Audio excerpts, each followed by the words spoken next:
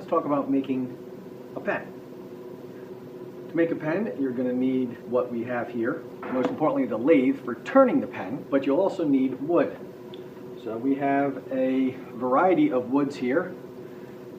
Some of them I have already cut up into the appropriate size blanks. Some of them I have not. We also have some epoxy here. This one is just epoxy of one color.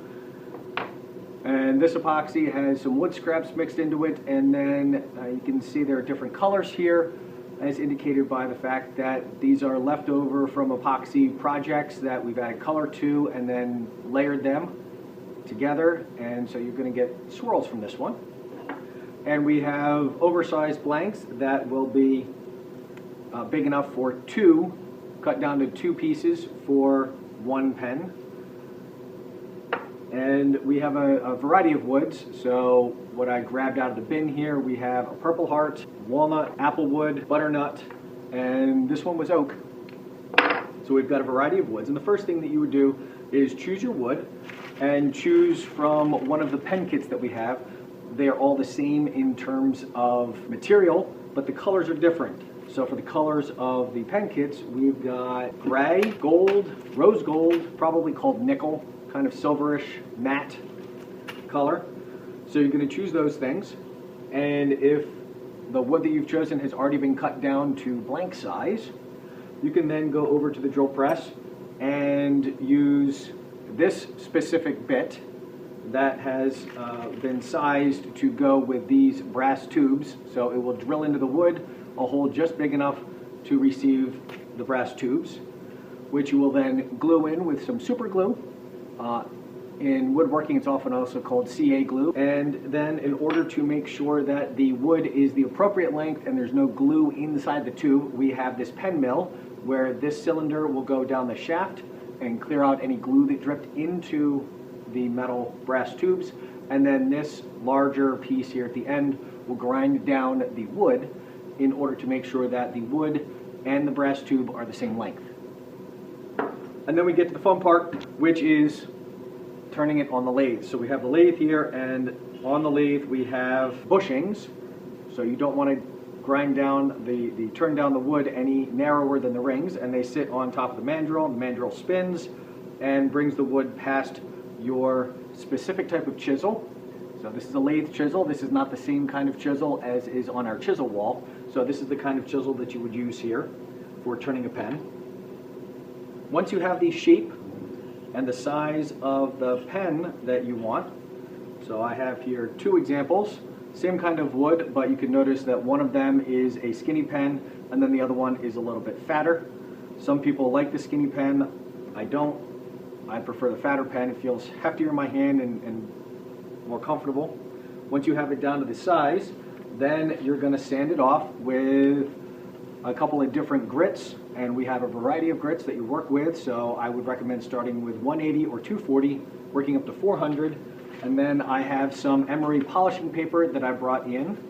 Cut a little tiny strip off of this, and then you can put some kind of finish on there with a rag. Probably not this one. This has been well loved and it's nearing the end of its life. You can see all the splotches from the polish. We have wax, we have this kind of polish, and we have this kind of polish. So whatever is of your interest, then you polish it. And then last of all, we will take from the kit and press all the metal pieces in together into the wood that is holding the brass tubes and actually construct the pen, at which point you will now have a pen that you twist and the tip comes out, and then you twist the other way and the tip goes back in. And all of these kits come with a wax covering on the tip so that until you start writing with it, the ink is protected from drying out. So let's choose a piece of wood, and I'll walk you through all the steps for turning a pen and constructing it. All right, we're over at the chop saw. Once you have chosen your wood, and I've chosen this guy that has the split in it, you got to be careful about choosing wood that has splits. That won't work. So I'm going to cut this off down to the other side and see how far down that split goes. So once you've chosen your wood and you've chosen your kit, we're going to take the tube out of the kit, and I will do the cutting here because it requires putting your hands closer to the blade than is warranted. for class. So the first thing would be to shave off this end to get a nice clean cut, and then set up, here you go, that distance. So we want a smidge more than the length of the tube, and then cut right here.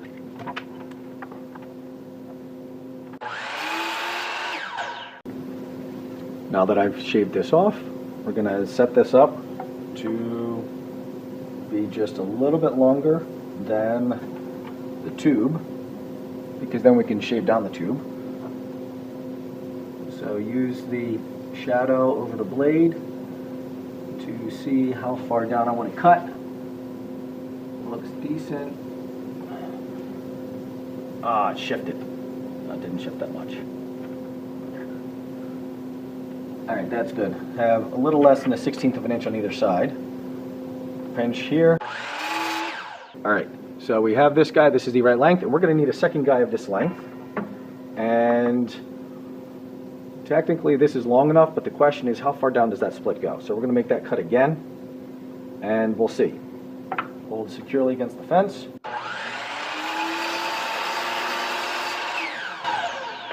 And with nice slow cuts, I have smooth surface here, and these guys are just a smidge longer than the tube. See that there? There we go. Smidge longer than the tube, just in case I end up with a slightly diagonal drill, because we want the entire tube to be inside the wood. So the next thing we're going to do is we're going to go clamp this guy and drill the hole for the tube.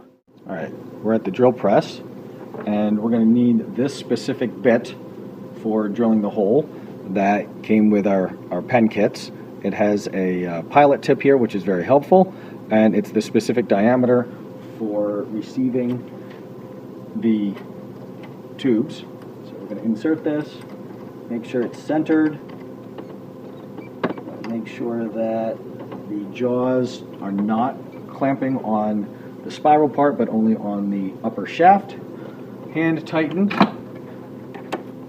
get the chuck key and secure that in place, putting that guy back behind. And now with the drill press, holding the wood by hand like this doesn't work very well, also dangerous, and this is something that you guys will be doing, not me. So we'll put this in a V-clamp, and then we can keep our hands farther away, and it gives us more mass so that it doesn't get tossed around. All right, now when you're setting this up, and I'm using my test here to make sure that this really is centered and spins without wobbling much, you want to get that pilot lined up this direction and that direction. So you're going to send your eye here, make sure it's centered, and then you're going to send your eye back here, make sure that's centered, and bring it down and very lightly touch and take a look. This looks good. Now, this is going to be a relatively deep hole to drill, so we're going to need to back out to make sure that the dust and the debris that gets ground out doesn't get stuck in there and bind the blade or build up and cause the wood to crack. Now this one's already cracked. This is my test piece. So this guy's already cracked, so we'll see how that goes anyway. Position hands to keep hands away from the drill bit, keep it secure.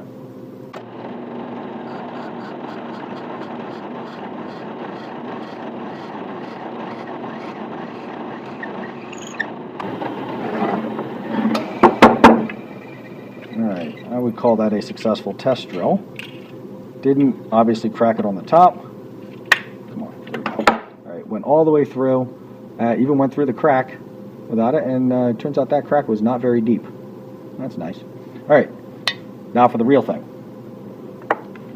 Let's get that in there, and we want to drill as straight down as possible, as centered as possible. So secure, slide this puppy over, and I bumped it, so of course it shifted. After we fix it. There we go. And same thing that we just did with the backing it out to remove the waste while we're drilling so it doesn't build up.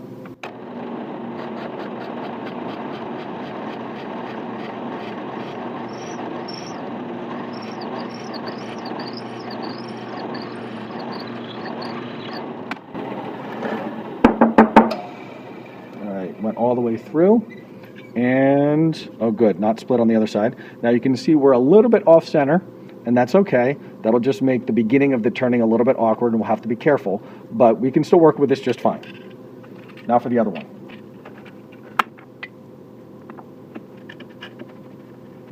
Also, you can see this corner, that little bit of wane, not a problem. We're going to shave that off anyway. It just makes the drilling a little more difficult. All right, centering it again. See if I can do a better job this time, even though we're allowed to be a little bit off.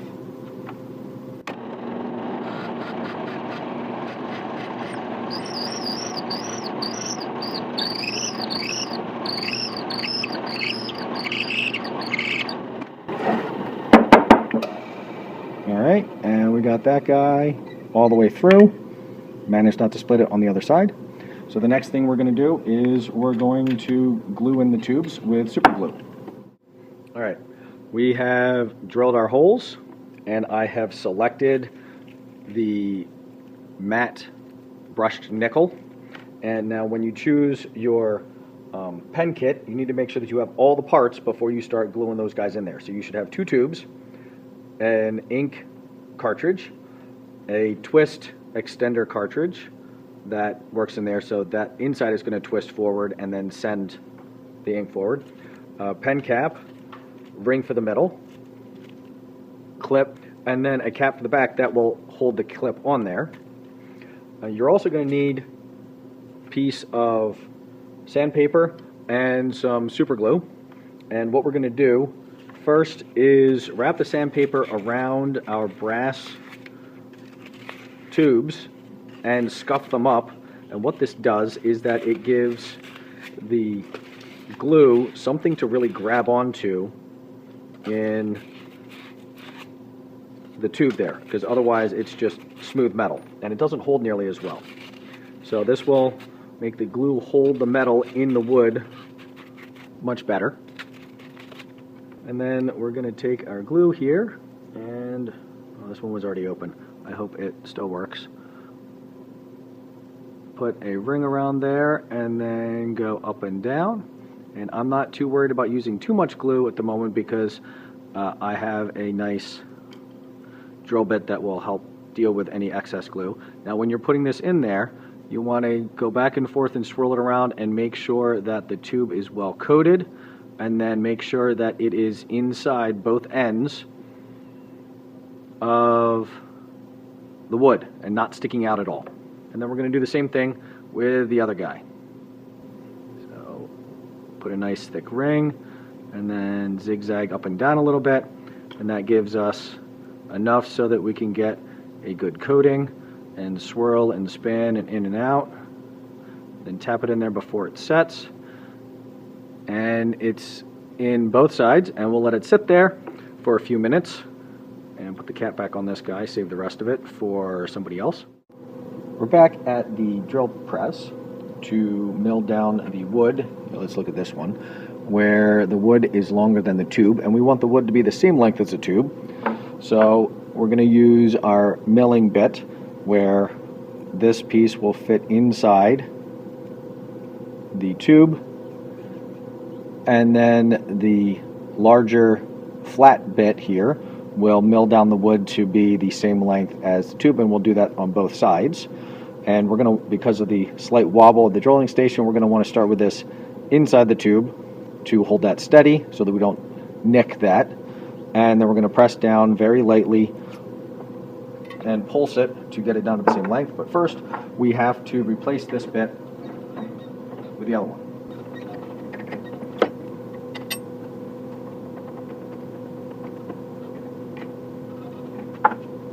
And as before, we're going to use the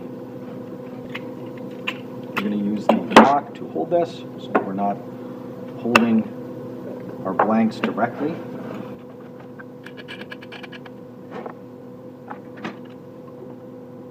Start with that there.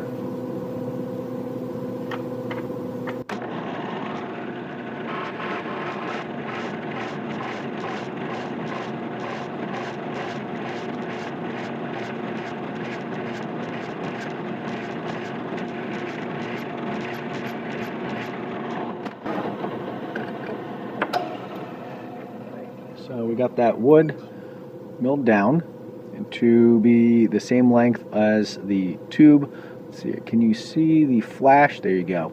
You can see the flash of the metal there, but we don't want the metal sticking out. If you press too hard, you will end up taking off too much wood and then exposing some of the tube, and you don't want to do that.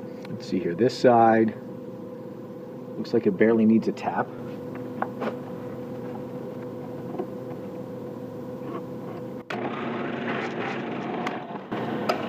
And then we'll do the other one.